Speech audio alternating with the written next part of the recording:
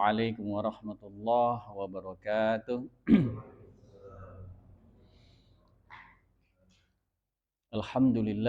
Alhamdulillahilladzi hadana li hadza wa ma kunna linahtadiya laula an hadanallah wa asyhadu an la ilaha illallah wahdahu la syarika la wa asyhadu anna Muhammadan abduhu wa rasuluhu la nabiyya ba'dah.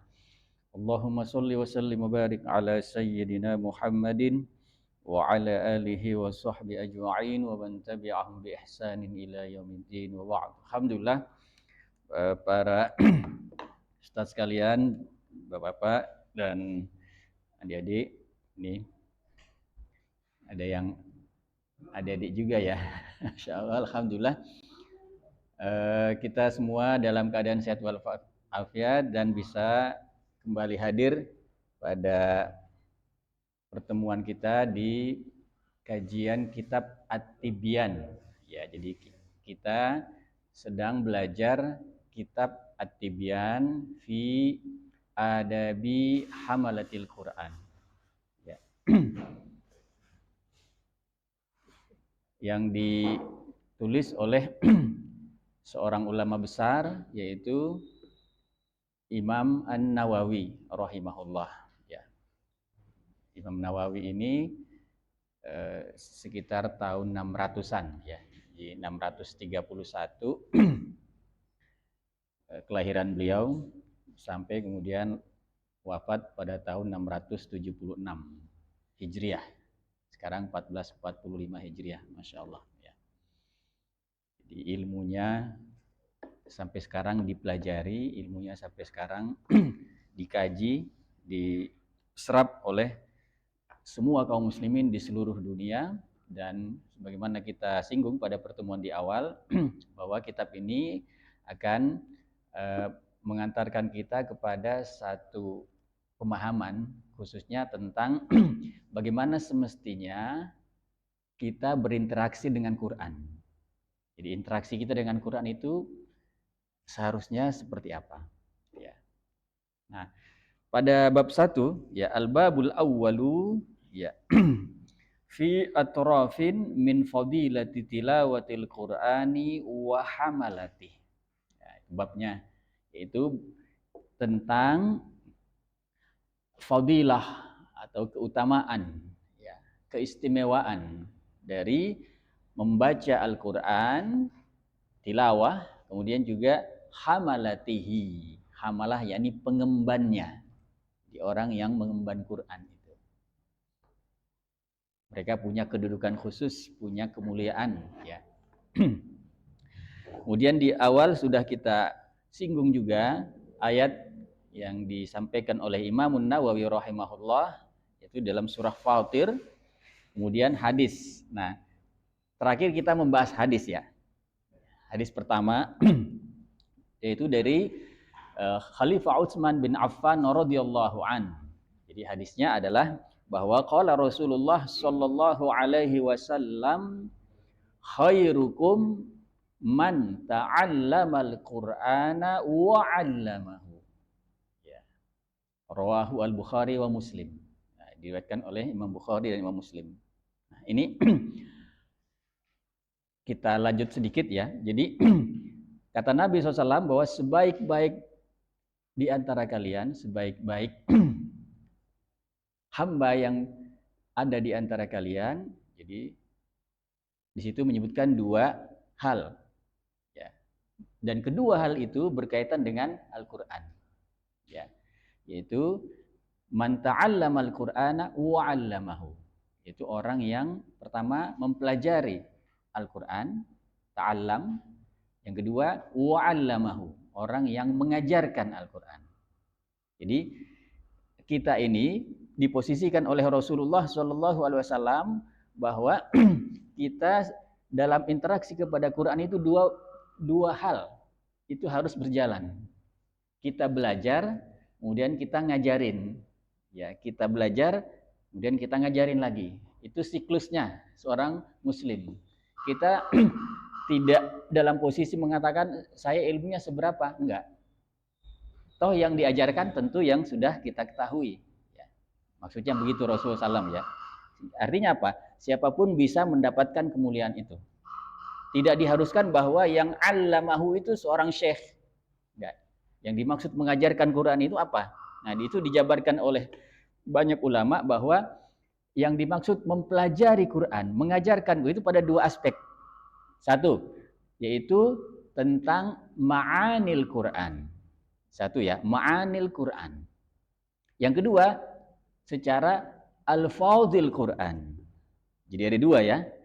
Kalau kita bertanya, Quran itu apanya yang dipelajari, apanya yang diajarin? Dua hal, yaitu tentang lafadz-lafadznya. Yang kedua, makna-maknanya. Kalau tentang lafadz-lafadznya, ya, kalau kita belajar itu maksudnya apa? Belajar lafadz-lafadz, ya itu belajar baca.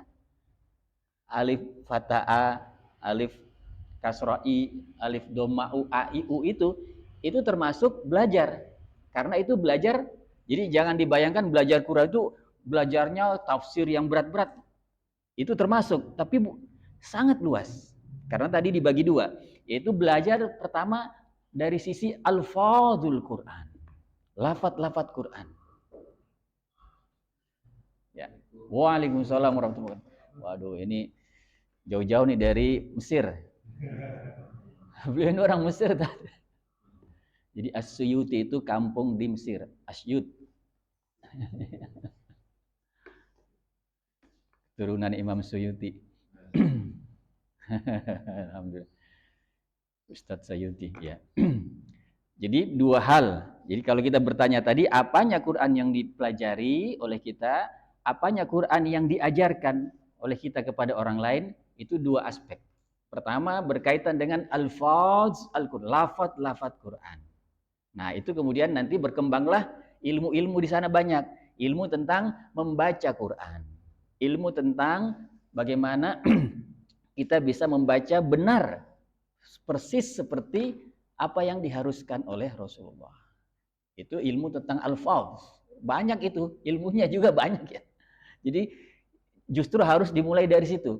Orang itu nggak bisa lompat langsung belajar yang tafsir berat-berat itu kalau belum lulus ilmu tentang bacaan Quran. Misalnya ini huruf alif, ba, ta, sa, ja. Itu huruf-huruf yang harus dipelajari. Apalagi kita orang ajam. Kita orang ajam ya, maksudnya bukan orang Arab.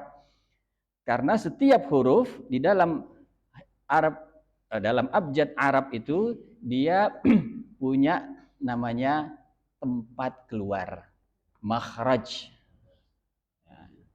Huruf alif, contoh huruf alif itu dia di bagian paling bawah sini, tenggorokan kita.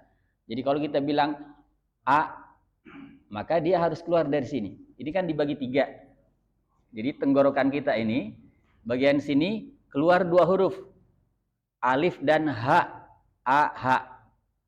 Gitu ya. Bagian tengah sini ini, jadi jangan salah keluar. Kalau alifnya keluar dari sini itu jadinya huruf itu kurang sempurna. Misalnya, gimana yang contoh yang salah ya? Jadi kita mau ngomong huruf alif tapi sarah tempat keluarnya salah. Itu berarti perlu belajar. Gitu ya. Kalau yang ke tengah apa itu? Huruf H dan Ain. Bagian paling atas huruf H dan Gha. Gitu. Jadi ada 6. Nanti ada huruf-huruf yang bagian rongga. Namanya jauf, ajwaf.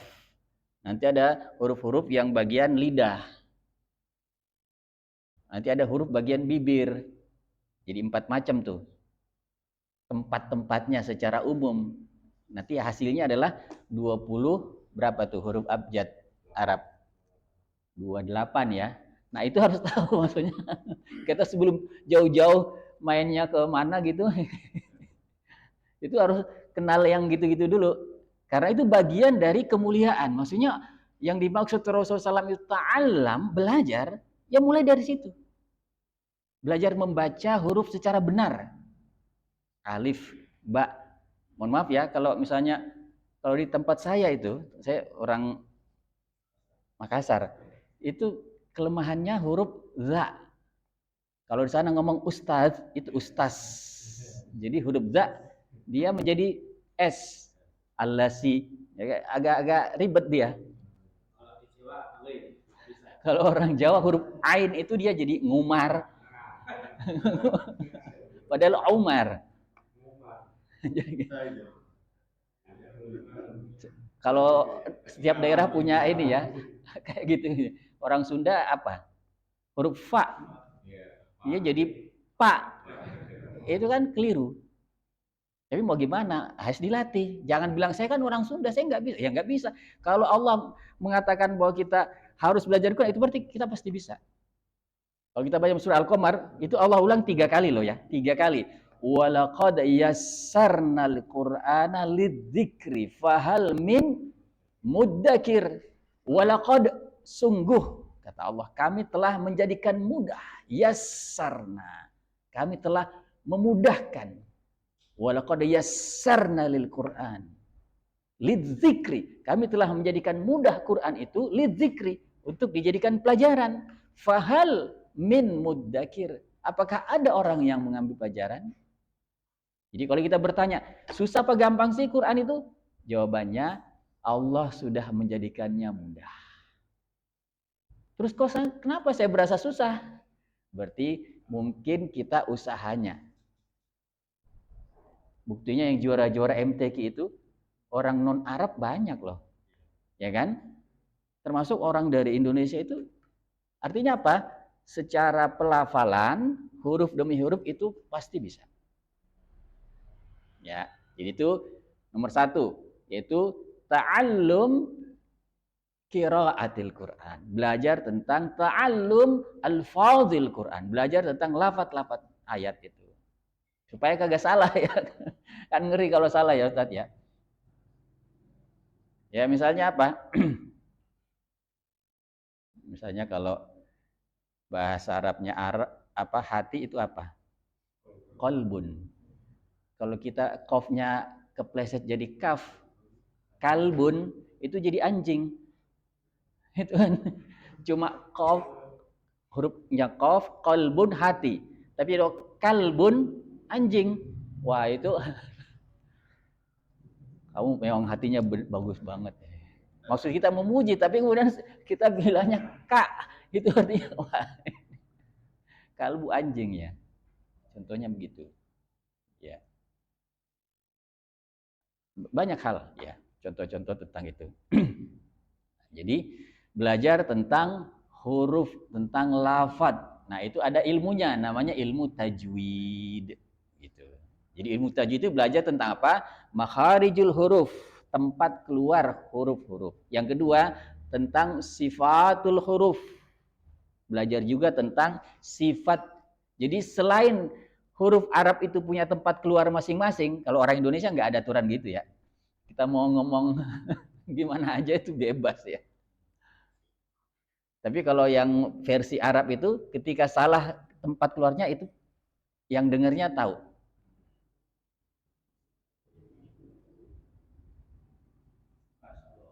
Masya Allah. Misalnya beliau ini namanya Isnan. Isnan.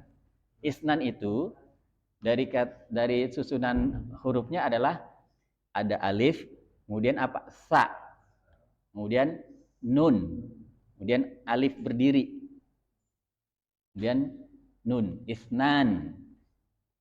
Kalau kita bilang isnan, itu jadinya gigi. Gigi. Kalau isnan 2, ini kan anak kedua nih. Tapi kalau ada orang bilangnya isnan, itu sebenarnya secara Arab berubah maknanya. Jadi gigi.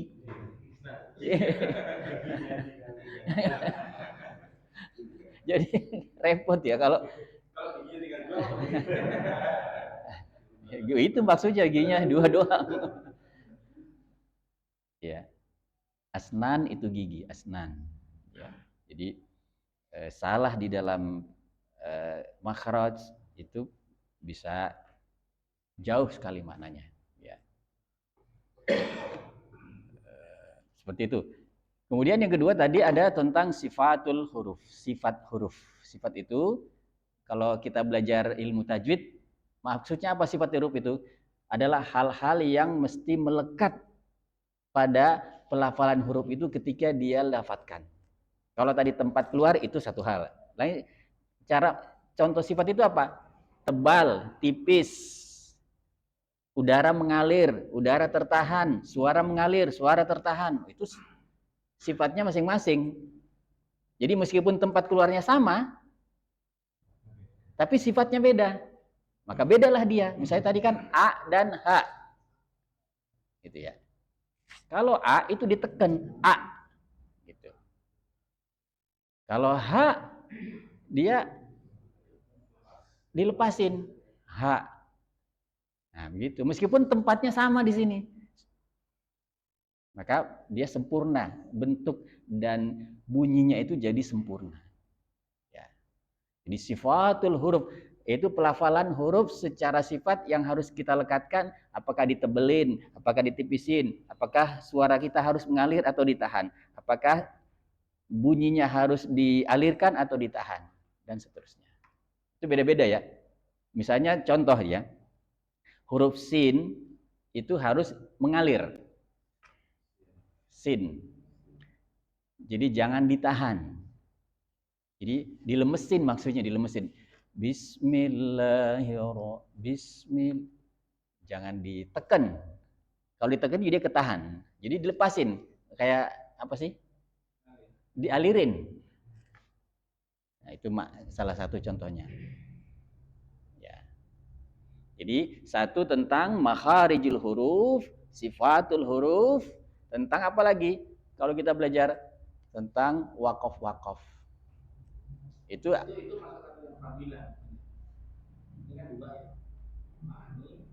Al-Fadhi. Itu penjelasan lebih jauh tentang ilmu lafaz-lafaz Quran.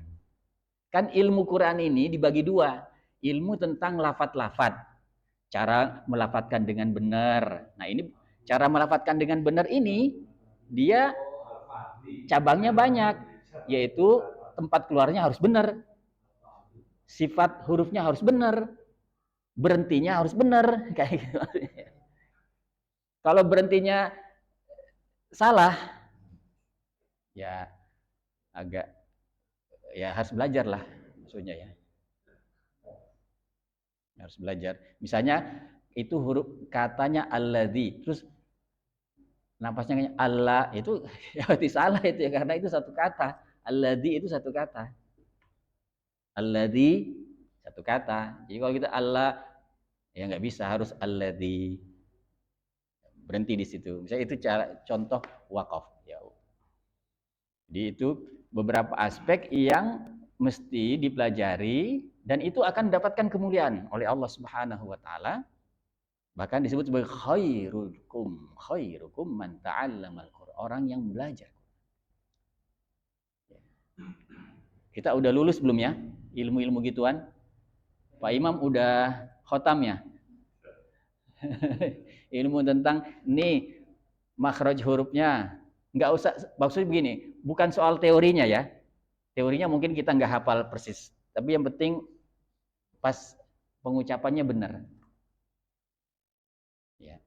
Jadi enak kalau dengar itu semuanya keluar pas, sifatnya pas, itu dengarnya juga enak. Pada dasarnya udah dengarnya udah enak. Meskipun nggak di lagu-lagu yang terlalu berlebihan, udah enak. Gitu ya. Istilahnya murattal. Murattal kan itu nggak terlalu berlagu-lagu ya. Itu udah nyaman dengernya. Karena huruf demi huruf itu dilafadzkan secara benar, sempurna.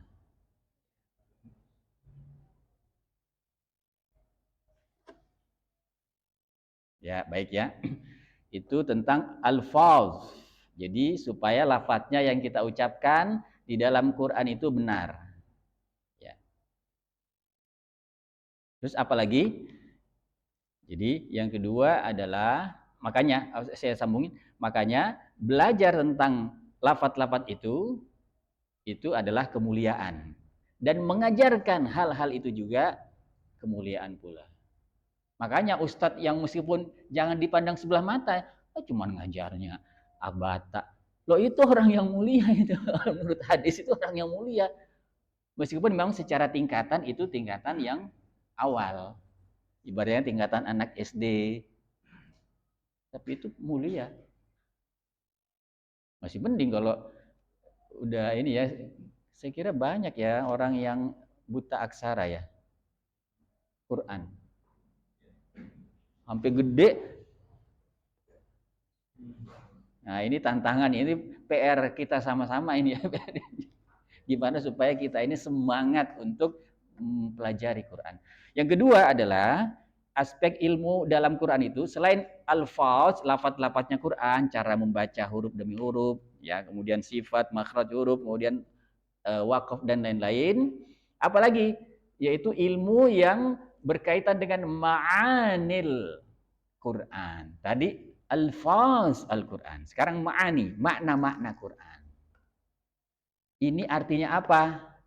Itu kan nggak dibahas di ilmu qiraat. Itu nggak ada orang ngebahas artinya.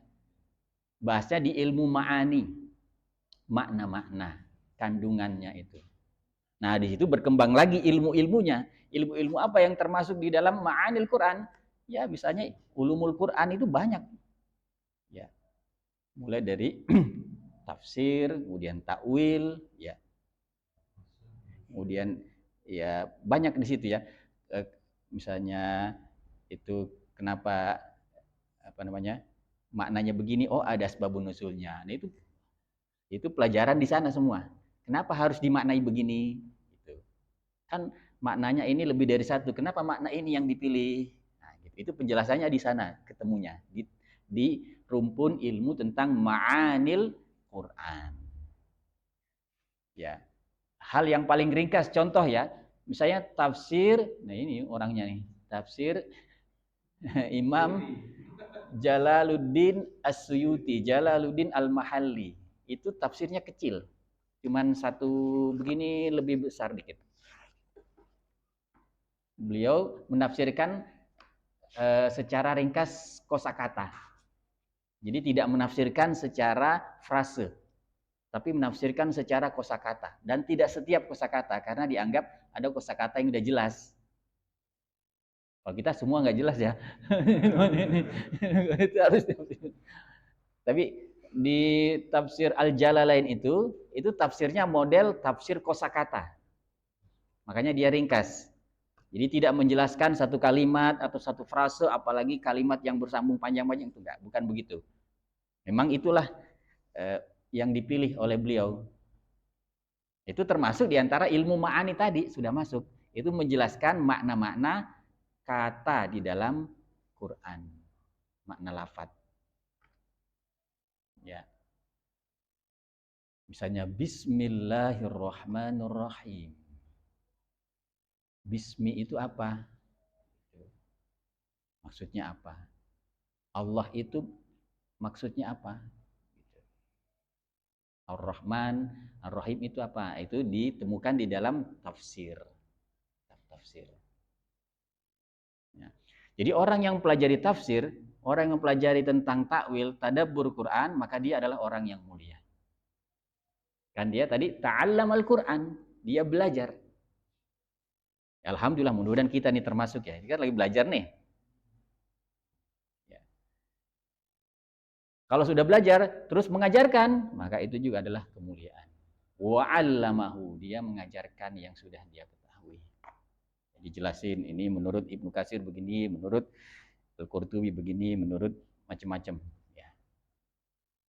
Atau ada yang mau jadi mufasir. Wah, keren banget ya. Orang Indonesia ada nggak mufasir? Ada. Imam Nawawi, sama namanya Imam Nawawi, tapi itu nama, bukan nisbat. Kalau Imam Nawawi yang ini itu nisbat, karena kampungnya Nawa. Kalau Imam Nawawi itu kampungnya Al-Bantani. Imam Nawawi, namanya aslinya Nawawi, Nawawi Al-Bantani. Punya kitab namanya Marah Labid. Marah bukan marah bahasa Indonesia ya. Marah Labid. Gitu. Kadang-kadang disebut dengan apa namanya, tafsir An-Nur. Ya.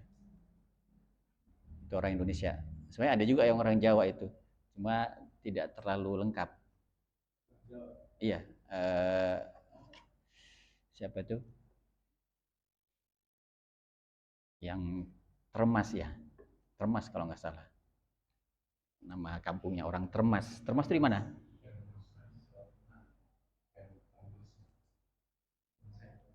Pokoknya ada deh. Dia itu punya karya dalam bahasa Arab. Bahasa Arab. Ya. Alhamdulillah. Jadi ilmunya udah tinggi itu. Nah, tadi kita sudah singgung ya. Jadi kalau kita bertanya, ta'allamal Qur'an wa 'allamahu itu maksudnya ilmu Quran dipelajari, diajarin itu dua. Ilmu tentang lafaz, ilmu tentang makna-makna. Dari dua itu berkembang masing-masing. Ya. Jadi jangan menyepelekan ilmu tentang kiroat, itu ilmu yang penting ya. Kalau orang nggak lulus itu nggak nggak bisa. Ya. Baik, kita lanjutkan ya. Jadi para ustadz kalian, para jemaah yang rahmati Allah Subhanahu wa taala, yaitu hadis kedua. Wa an Aisyah radhiyallahu anha qalat qala Rasulullah sallallahu alaihi wasallam. Nah, dari Ibunda Aisyah radhiyallahu anha berkata bahwa Rasulullah SAW pernah bersabda. Nah, apa ucapan Rasulullah? Nah, ini alladzi yaqra'ul Qur'ana wa huwa mahirun bihi ma'as safaratil kiramil bararati. Ada ya? Baca ya. Walladzi yaqra'ul Qur'ana wa huwa ini yatata'ta'u bacanya. Yatata'ta'u fihi wa huwa 'alaihi syaqqun lahu ajrani. Gitu. Itu isi hadisnya. Yang meriwayatkan siapa? Rawahu Al-Bukhari wa Abu Al-Husain Muslim bin Al-Hajjaj bin Muslim Al-Kushairi An-Naisaburi fi sahihaihima. Ya, diriwayatkan oleh dua ulama hadis yaitu Imam Bukhari dan Imam Muslim. Ya. Isi hadisnya tadi ya, bahwa alladzi yaqra'ul Qur'ana wa huwa mahirun bihi ma'as safaratil kiramil bararah. Masya Allah. Ini keren banget ya ini hadisnya. Artinya apa itu? Yang senantiasa membaca Quran dan dia mahir dalam hal membaca itu, maka dia akan bersama dengan safaratil kiramil bararah. Masya Allah. Safarah itu dari kata safir. Safir itu maksudnya utusan. Makanya kedutaan itu bahasa Arabnya sifarah. Siapa utusan di sini yang dimaksud? Utusannya Allah. Siapa utusannya Allah? Malaikat. Ya, malaikat itu disebut sebagai utusan Allah. Jadi ma'as safarah. Kalau orang membaca Quran terus dia mahir, dia bersama-sama dengan para malaikat. Safarah. Dikasih sifat-sifat di situ, yaitu malaikat yang mulia. Kiram itu jamak dari karim, mulia. Al-bararah itu jamak dari barun. Barun artinya senantiasa melakukan kebaikan. Masya Allah. Jadi keren banget ya. Kalau kita baca Qur'annya terus udah lancar, ibaratnya nih ya, bacanya itu udah enggak, apa sih Ustaz itu? Enggak nyangkut ya. Kalau kata kita itu udah mulus, enggak nyangkut-nyangkut, itu punya keistimewaan khusus. Dia ma'as safaratil kiramil bararah. Makanya ada ulama mengatakan begitu, hadza haditsun azim. Ulama mengatakan begitu. Ini hadis yang sangat agung sekali. Dan cukup hadis ini yang mendorong saya untuk semangat belajarku. Karena kalau orang sudah sampai pada taraf mahir, Itu kan nggak usah dipelajari seumur hidup. Mahir itu mungkin sekian tahun doang kan? Coba, siapa yang udah mahir di sini? Sebagian besar udah mahir kan? Ustaz Hasim udah mahir ya. Udah pada mahir. Ini adik udah mahir kan? Maksudnya kita belajar sampai mahir itu nggak butuh harus sekian puluh tahun atau apalagi seumur hidup, enggak. Mungkin 3 tahun, bahkan mungkin kurang dari 3 tahun. Itu kalau kita serius belajar sungguh-sungguh, pada taraf mahir kita udah nyampe. Apa yang terjadi kalau sudah mahir? Yaitu ma'as safarah kiramil bararah. Subhanallah. Kita akan dibersamai oleh para malaikat. Safarah ini itu ada 4 malah kemuliaannya ya. Ulama itu cara mendalami hadis itu bagus banget ya. Jadi cara mendalami hadis ini. Pertama begini. Alladzi yaqra'ul Qur'an. Yaqra' itu berarti dia terus-menerus membaca. Maksudnya senantiasa membaca. Bukan bacanya cuman sekali-sekali, jarang-jarang. Karena yaqra' itu fi'il mudhari'. Fi'il mudhari' itu maksudnya terus-menerus atau senantiasa. Nah, orang yang senantiasa baca Quran, terus keadaan membacanya dia adalah sebagai orang yang sudah mahir. Mahir itu bahasa Arab ya. Mahir, pandai. Ya. Jadi sudah ibaratnya skillful, ya sudah skillful ya. Sudah terampil dia, udah terampil membaca Quran, maka dia dikasih kemuliaan oleh Allah Subhanahu wa taala.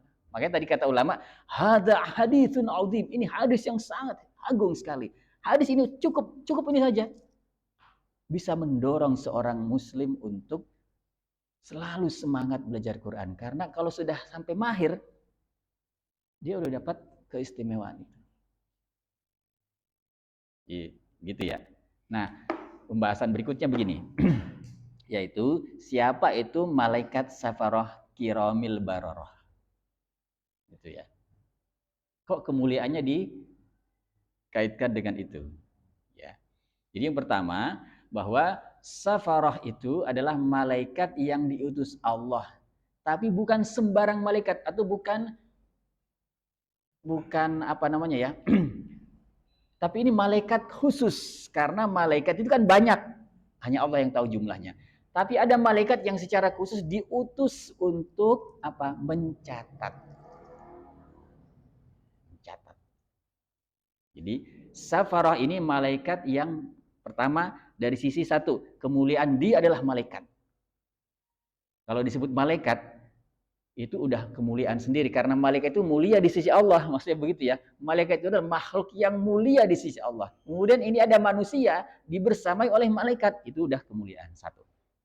Yang kedua, ini bukan malaikat sembarang malaikat, ini malaikat khusus, yaitu malaikat yang punya tugas mencatat. Ya.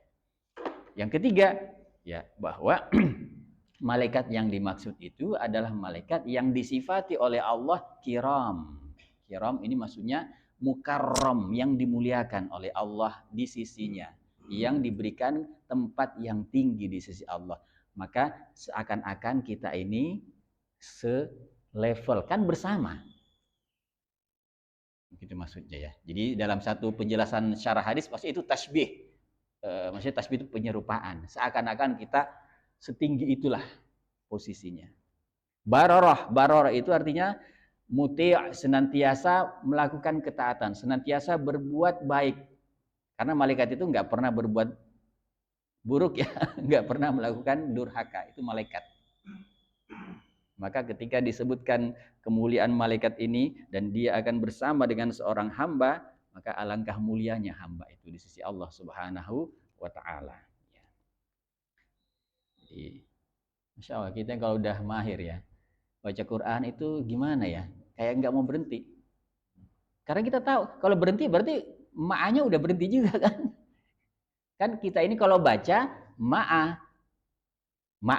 kapan ma'anya itu? Kalau baca loh ya, ya qra. Kalau nggak baca, ya nggak ada ma'anya itu. Ya qra, dia lagi membaca, maka ma'as safaratil kiramil bararah.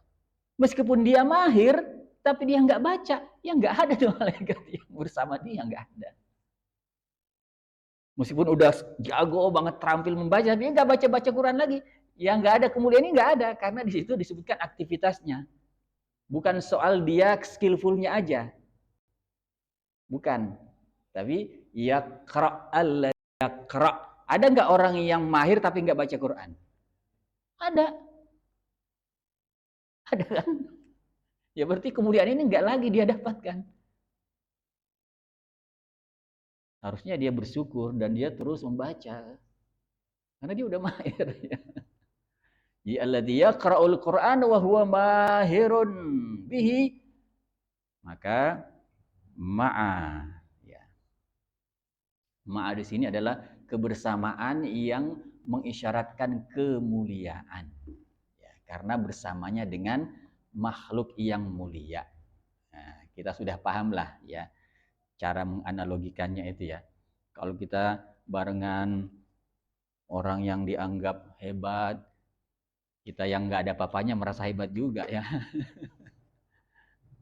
Kita nggak dikenal entah siapa, tahu-tahu kita pernah paling sekian menit sama tokoh itu kita udah berbusa-busa ceritanya kemana-mana, pernah barang ini begitu. Ini nggak ada batasan waktunya loh. Maksudnya ini nggak ada batasan hari, jam, minggu, nggak ada. Pokoknya ya kerok, wah mahir. Ya udah, masa para kiramil bararah. Mau malam, mau siang, mau pagi, mau sore, mau tiap hari, mau nggak ada batasannya. Masya Allah. Nah, kalau orang baca Quran itu kata Sayyiduna Utsman radhiyallahu an, itu seperti orang yang merasakan kelezatan yang tidak bisa mendapatkan kekenyangan. Dalam konteks lain ya, kalau bahasa anak muda sekarang itu ibaratnya nggak ada obat. Dalam konteks bahasa anak muda nih ya, maksudnya mau berhenti itu nggak bisa gitu loh.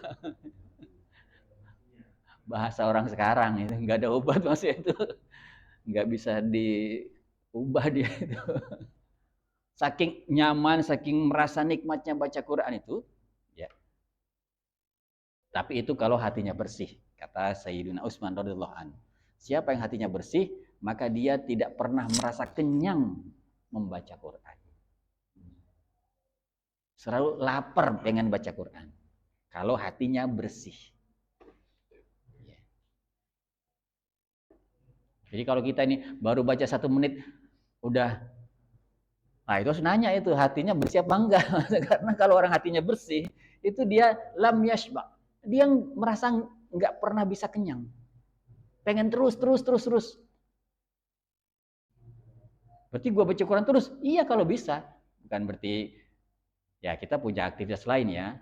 Sebagai suami, sebagai ayah, sebagai staf, atau sebagai, ya itu dilakukan. Tapi kalau kita punya waktu, maka kita prioritaskan hal-hal yang paling bagus. Ya. Di antaranya membaca Quran. Kita kalau baca Quran biasanya berapa tahannya? Tahan nggak setengah jam? Tahan ya? Nah itu sudah tanda bagus itu, setengah jam itu udah dapat kurang lebih hampir 1 juz.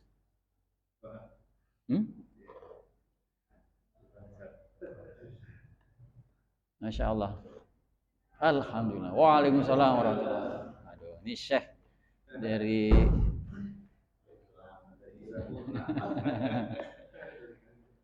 Adipoki. Oh, saya lupa ada ini ya. Ini kok nggak dipakai. Udahlah nggak usah. Ini jadi apa namanya? Gara-gara ini jadi berasa nggak ada masalah. Tapi alhamdulillah. Tapi ya itu tadi ya, bahwa kita andai kata hadis yang kita tahu cuman ini doang, itu udah cukup untuk kita terus semangat baca Quran. Karena kemuliaannya itu luar biasa tadi. Ma'as safaratil kiramil bararah. Ya. Kenapa? Boleh.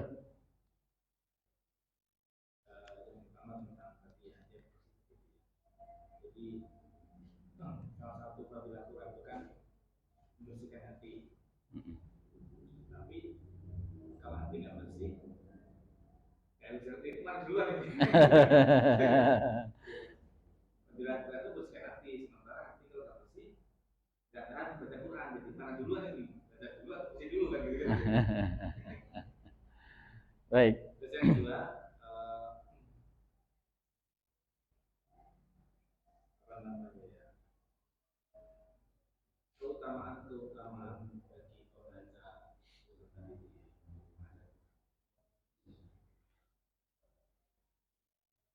kan seringkali itu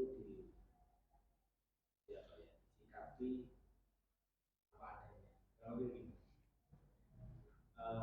bagian orang itu kemudian merasa mencukupkan diri di surga itu sudah di tangannya. Ketika kemudian Allah itu sudah bersamanya ketika yang dilakukan itu ya itu.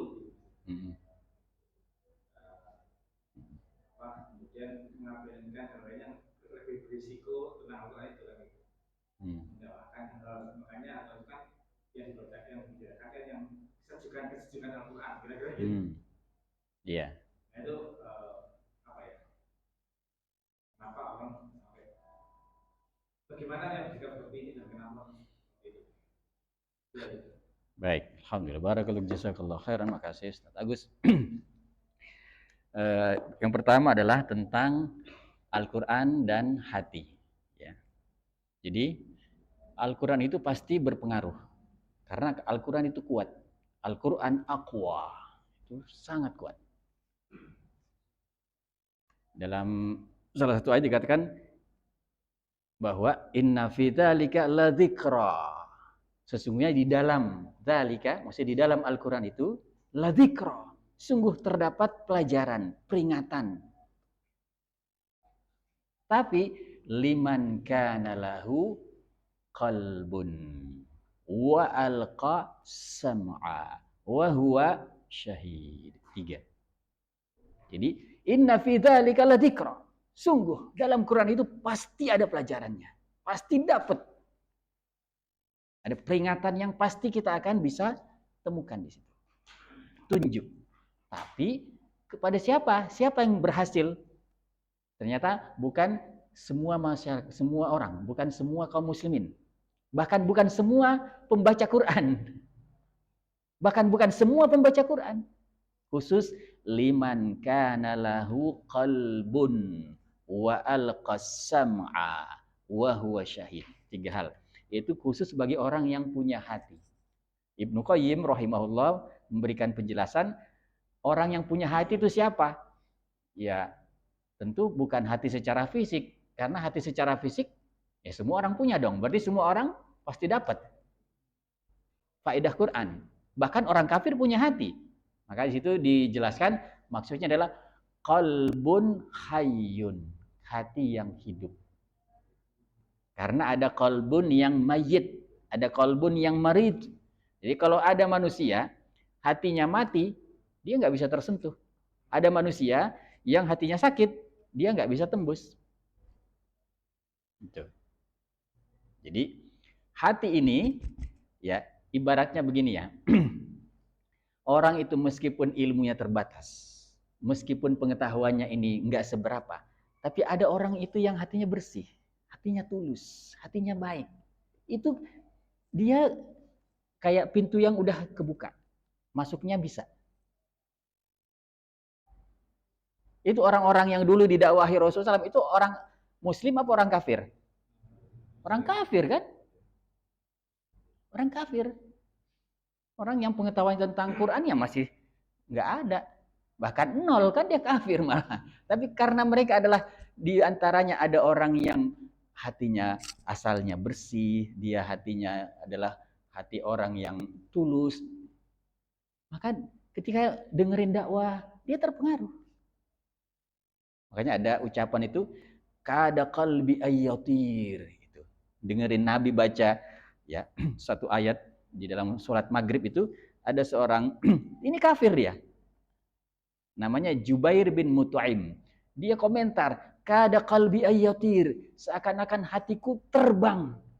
Mesti lepas, copot hati jantungnya itu dari tempatnya gara-gara dengerin. Pas dia ini lagi kafir, belum masuk Islam. Kenapa bisa begitu?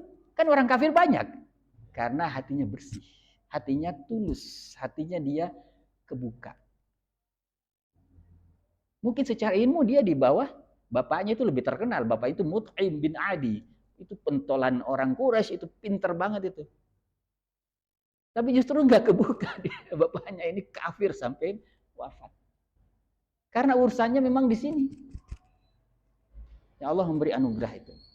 Itu satu ya. Jadi orang yang dia dalam posisi tawadu, dalam posisi apa namanya ya, merendahkan diri, dalam posisi membuka, siap menerima, itu akan masuk. Ya. Assalamualaikum.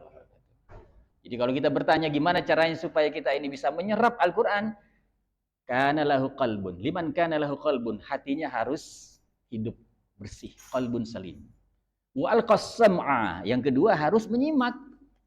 Alqas-sam'a itu maksudnya memasang telinga pendengaran. Kalau kita hadir di sini tapi kemudian kita ingat apa ya?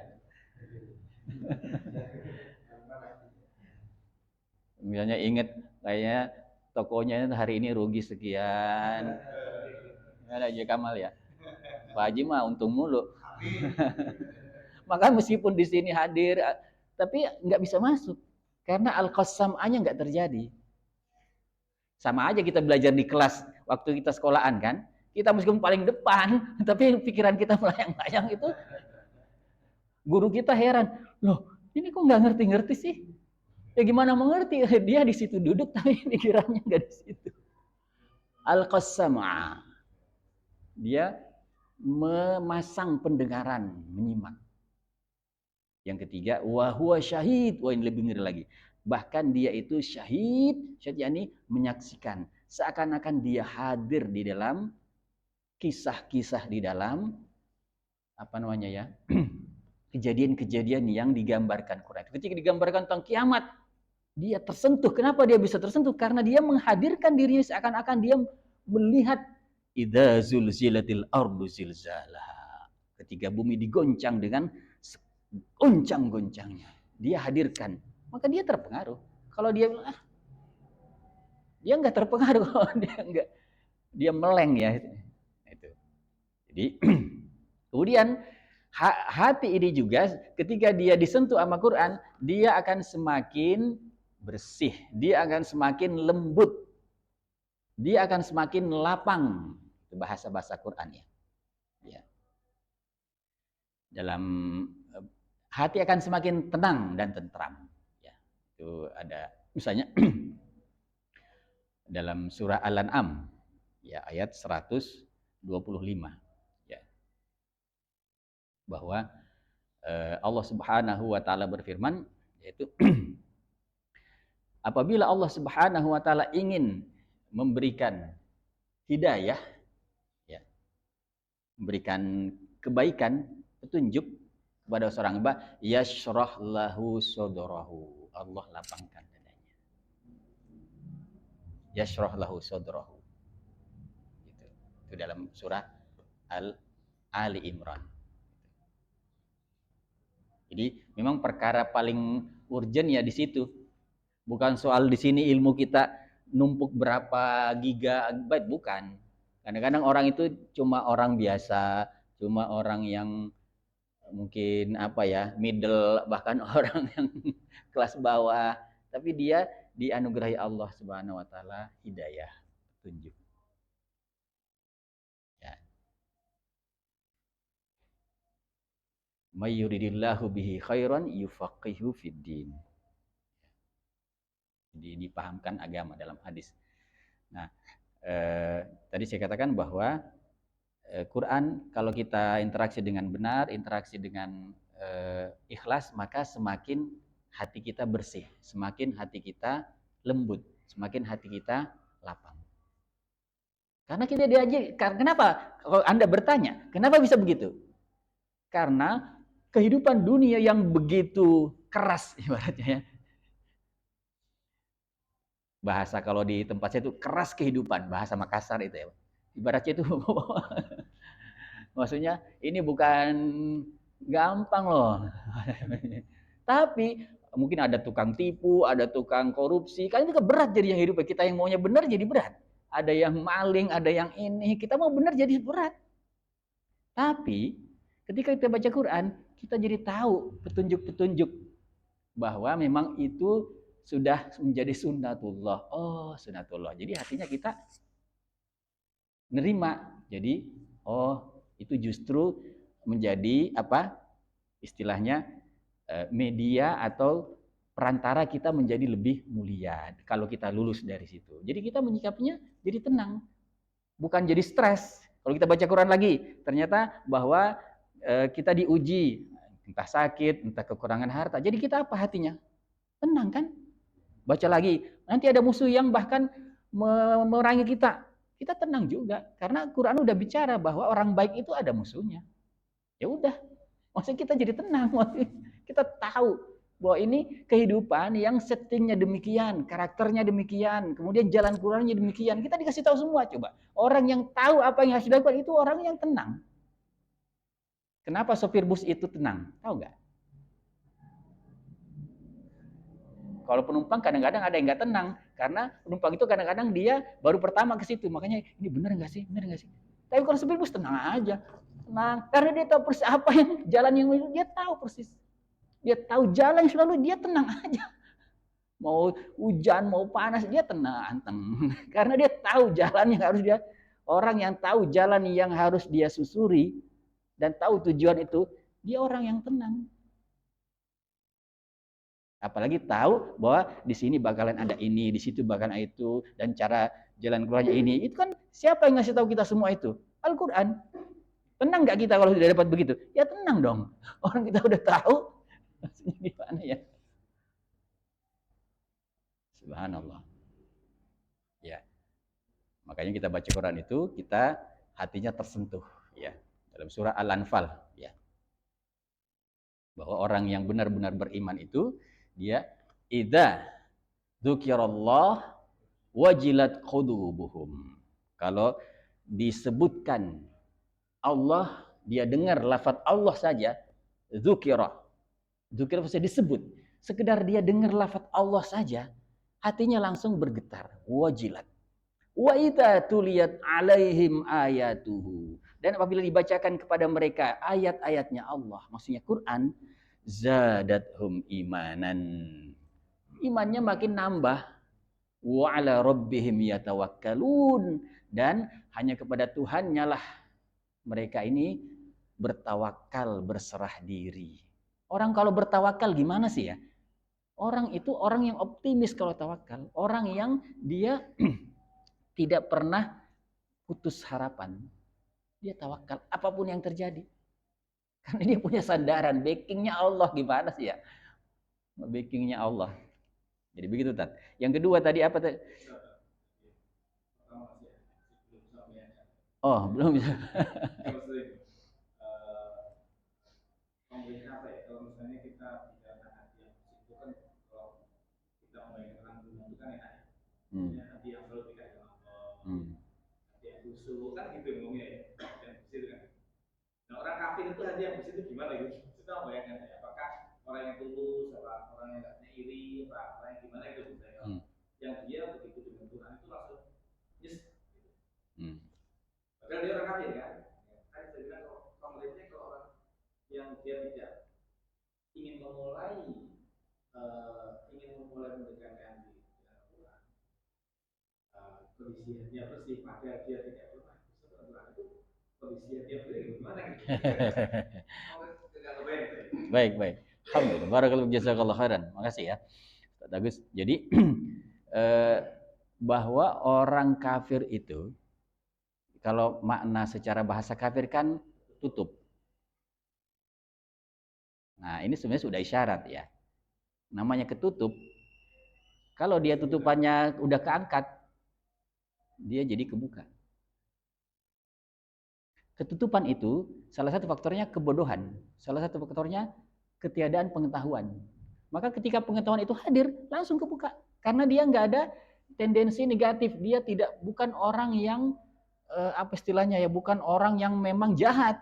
Kan ada orang kafir yang ibaratnya orang kafir yang benar ada ya dalam tanda petik ya. Orang kafir yang dia sama tetangga baik, orang kafir yang sama ini tulus segala macam. Orang-orang seperti ini mungkin karena dia belum tahu aja.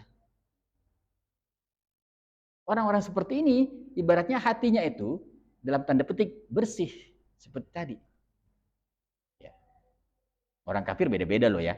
Maksudnya ada orang kafir yang memang sangat kesumat sama kaum muslimin dan memang istilahnya darah dingin lah dia. Ya itu memang lain ceritanya. Tapi orang kafir yang tadi kita singgung ini, yang tadi saya katakan bahwa bisa dia tersentuh, ada. Karena dia hatinya dia buka. Dan dia mengambil keputusan, itu paling penting. Dia mengambil keputusan untuk kemudian mengikuti kebenaran, mengikuti petunjuk itu. Karena ada juga kasus berhenti sampai di situ doang. Siapa itu? Contohnya Al-Walid. Al-Walid bin Al-Mughirah. Itu dia sebagai paling jago di dalam urusan bahasa Arab. Dia paling jago ngalahin jin. Tanggung-tanggungnya. Dia ini ngalahin jin, bukan ngalahin manusia doang, ngalahin jin. Syair-syair jin dia tahu dia. Gimana ciri ilmunya ya? Masih tinggi sekali ilmunya tuh. Makanya ketika dia dengerin Quran, itu dia kemudian responnya, wah, hebat banget pasti Quran ini. Ya, bawahnya seperti akar yang kokoh, atasnya seperti yang menjulang ke langit, buahnya manis dan seterusnya. Itu kalimat dia. Tapi berhenti sampai di situ. Sebagai batas ketakjuban, tidak mengambil keputusan untuk mengikuti.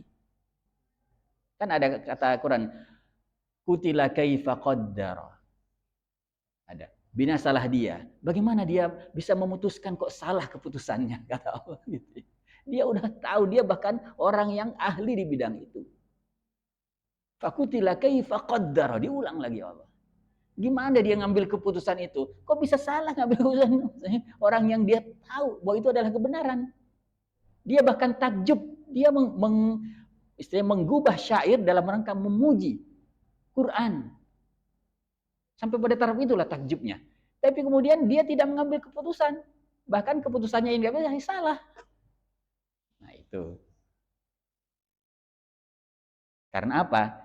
Karena salah satunya dia adalah seorang elit Quraisy.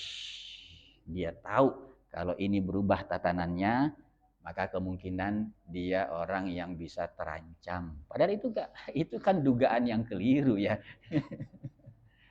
Emangnya Islam itu datang untuk merebut ibaratnya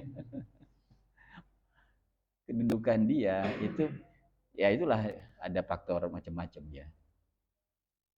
Nah, jadi yang tadi kita singgung orang-orang kafir itu bisa dia dapat hidayah. Nah, saya kasih contoh yang lebih dekat. Itu kan tadi orang Arab. Misalnya Ibu Irena Handono. Orang Surabaya kan. Ibu Irena Handono itu sekolah misionaris itu sampai bertahun-tahun itu. Orang sekolah misionaris kan tujuannya apa? Belajar juga tentang Islam untuk menghantam Islam. Kelemahan Islam dipelajari. Tapi justru dia ujung-ujungnya kan masuk Islam. Kenapa bisa begitu? Karena beliau itu, Ibu Irena Handono itu, dia orang yang cerdas, pikirannya tajam, dan hatinya juga itu hati yang terbuka. Terbuka, maksudnya dia ini kalau ada kebenaran itu dia mengindra, dia tahu gitu. Karena memang ini ya memposisikan diri sebagai orang yang apa namanya ya hatinya terbuka. Tapi apakah semua temannya yang sama belajarnya, yang ilmunya setara dengan dia itu masuk Islam? Enggak kan? Apa masalahnya? Masalahnya apa? Secara keilmuan sama kan? Sama teman kelasnya lettingannya sama semua ilmunya itu. Tapi ini yang dapat. Ini terlepas dari faktor hidayah Allah ya. Allah punya otoritas, tapi faktor manusianya. Faktor manusianya. Gitu. jadi ada orang dikasih hidayah dia nggak mau. Silakan baca dalam surah Fussilat ayat 17. Surah Fussilat. Itu tentang siapa? Satu kaum zaman dulu dikasih hidayah sama Allah, dikasih hidayah sama Allah, tapi dia nggak mau. Masya Allah. Surah Fussilat surah 41. Ya.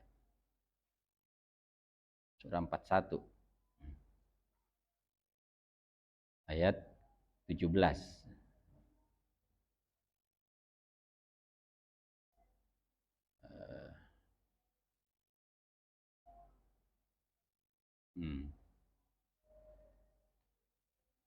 Udah ketemu belum? Namanya kaum Samud. Ya.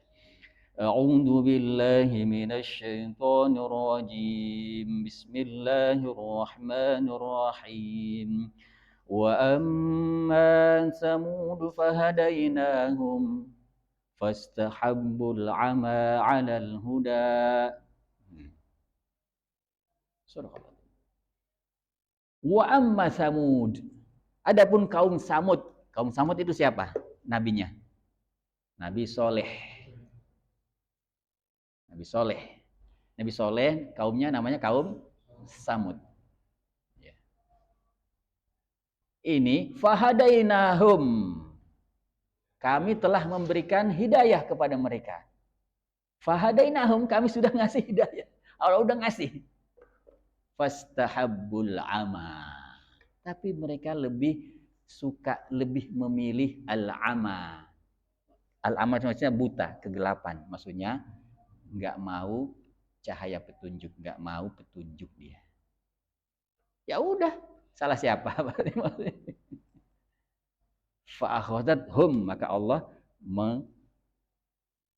menghukum ya mereka dengan sa'iqatul adzab. Sa'iqah. Sa'iqah itu petir. Jadi siksaan mereka, hukuman mereka itu dibinasakan cuman dikasih petir doang. Ngeri banget ya.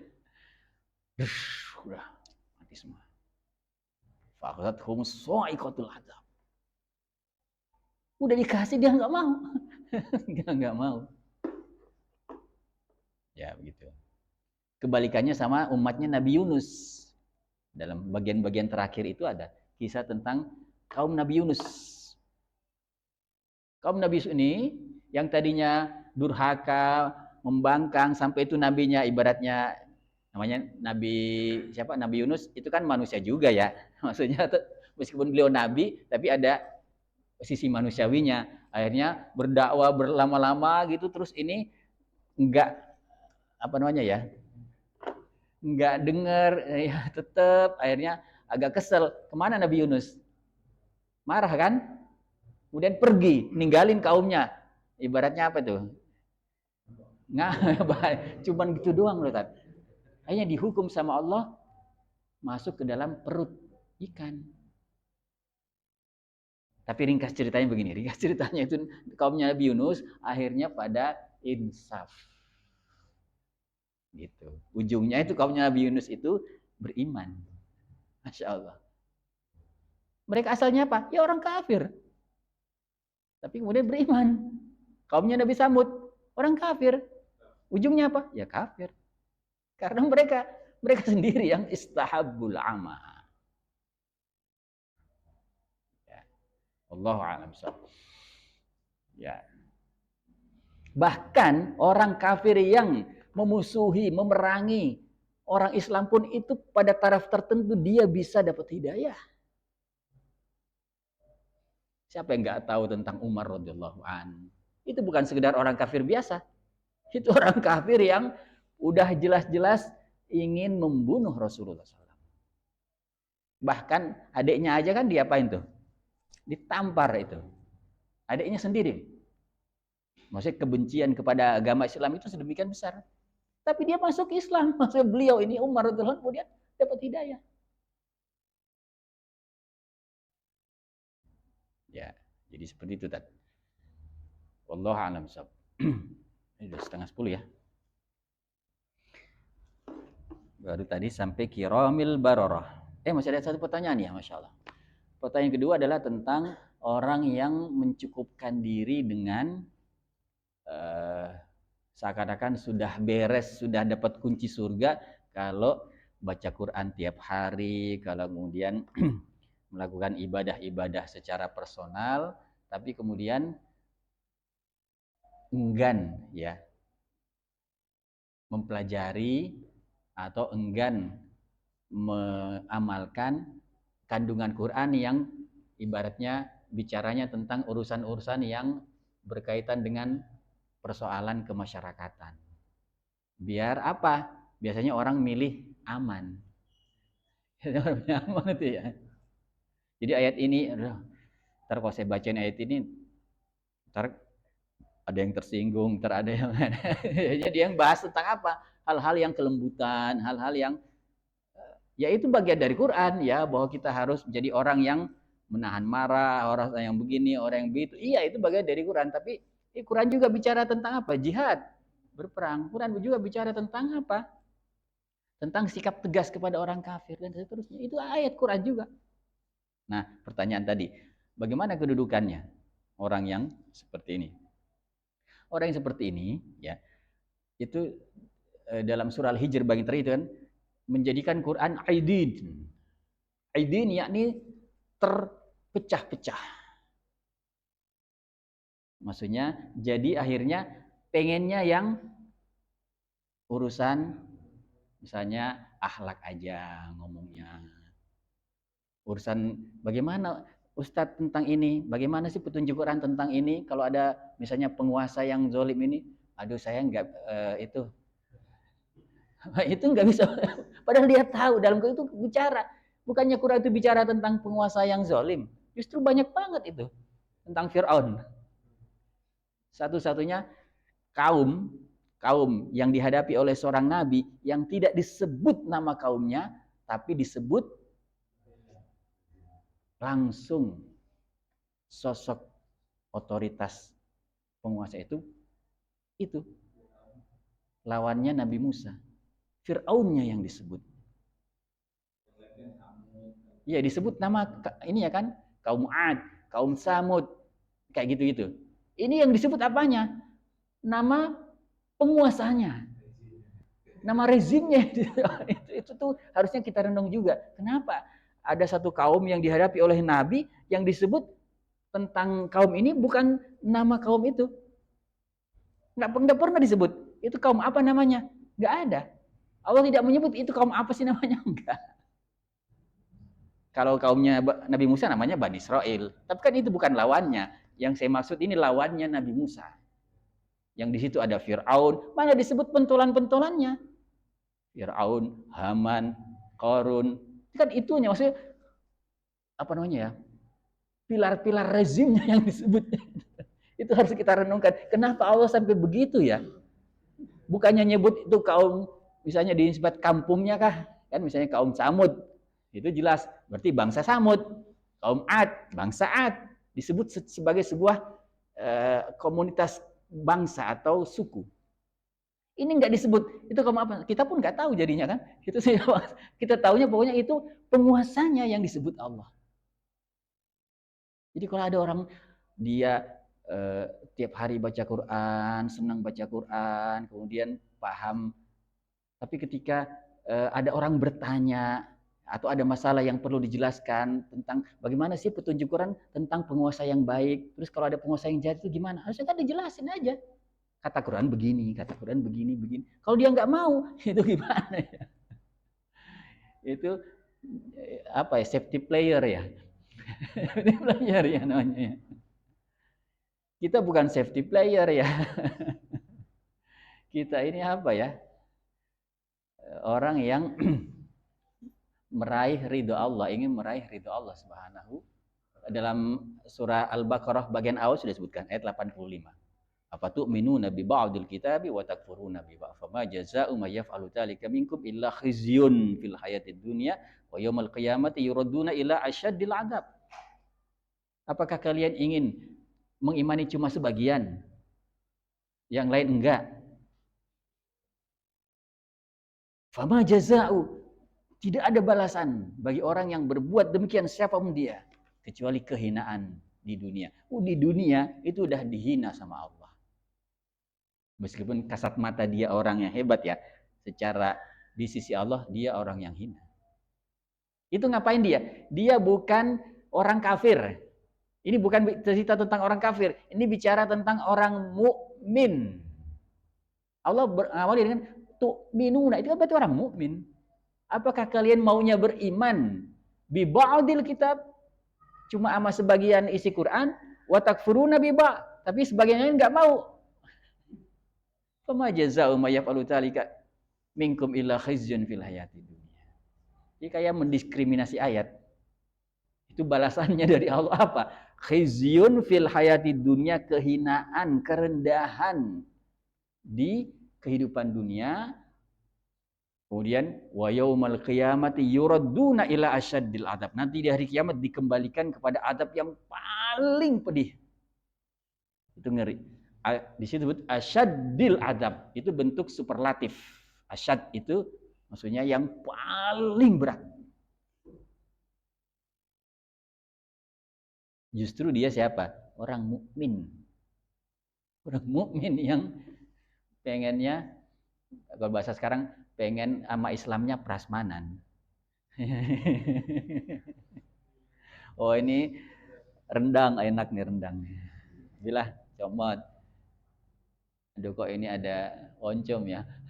Oncom kelas bawah enggak? Oh, memang Quran di prasmanin gitu ya. Kita ini diberikan petunjuk dan petunjuk itu sempurna. Semuanya. Seluruhnya. Ya wallahu a'lam bishawab. Udah 9:30 ya, baik. Jadi saya belum sempat jelaskan tentang wallati yaqra. Wallati yaqra'ul Qur'ana wa huwa yatata'ta'u fihi wa huwa 'alaihi syaqqun lahu ajrani. Adapun orang yang dia juga rajin baca Quran, senantiasa baca Quran, tapi dia keadaan membaca Qurannya yatata'ta'u. Yatata'ta'u maksudnya apa?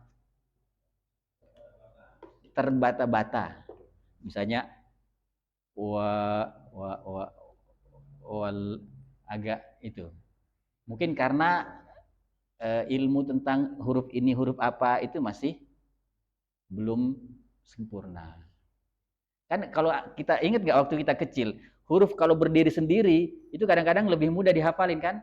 Kan diajarin kalau huruf lam kayak pancing. Tapi kalau giliran huruf lamnya ini disambungin, itu anak kecil jadi ini huruf apa ya? Karena huruf lamnya udah kesambung, jadi nggak, bentuk pancingnya hilang. Jadi anak bingung lagi. Ini huruf apa sih? Ini huruf kayak huruf alif. Ini apa huruf lam? Apa huruf apa? Bingung dia. Makanya baca ini apa? Wa. Gitu. Itu nyangkut. Ya. Wa huwa yatata'ta'u. Ya, jadi ilmu tentang bacaannya itu masih perlu diperbaiki. Tapi coba lihat bagaimana kemuliaan Allah memberikan. Ya, kata Rasulullah SAW, falahu ajrani, justru dia dapat 2 pahala. Jadi pahalanya malah 2 ya, bukan 1. Pahala pertama pahala membaca Quran, dia tetap semangat. Yang kedua pahala karena dia berjerih payah lebih daripada orang yang mahir. Orang yang mahir baca 1 lembar itu berapa menit? Berapa menit ya?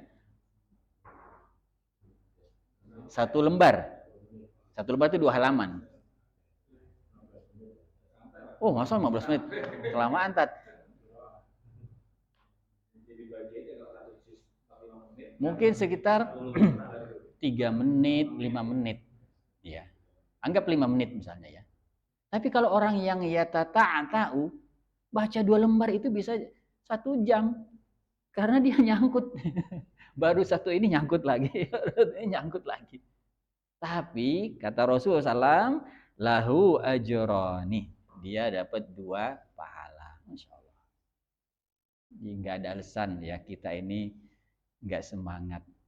kita baru dalam taraf paling dasar, yaitu masih terbata-bata saja, dimotivasi oleh Rasulullah supaya semangat dengan cara apa? Dikasih 2 pahala. Kalau kita terus belajar sampai akhirnya mahir, maka dikasih kemuliaan yang lebih, yaitu dia bersama malaikat yang mulia yang senantiasa berbuat baik. Masya Allah. Kira cukup dulu ya, karena waktu kita terbatas. Barakallahu fikum wal afu minkum wa hadanallahu wa iyyakum ajma'in. Wassalamu alaikum warahmatullahi wabarakatuh. Alhamdulillah. Ya, silakan minum-minum.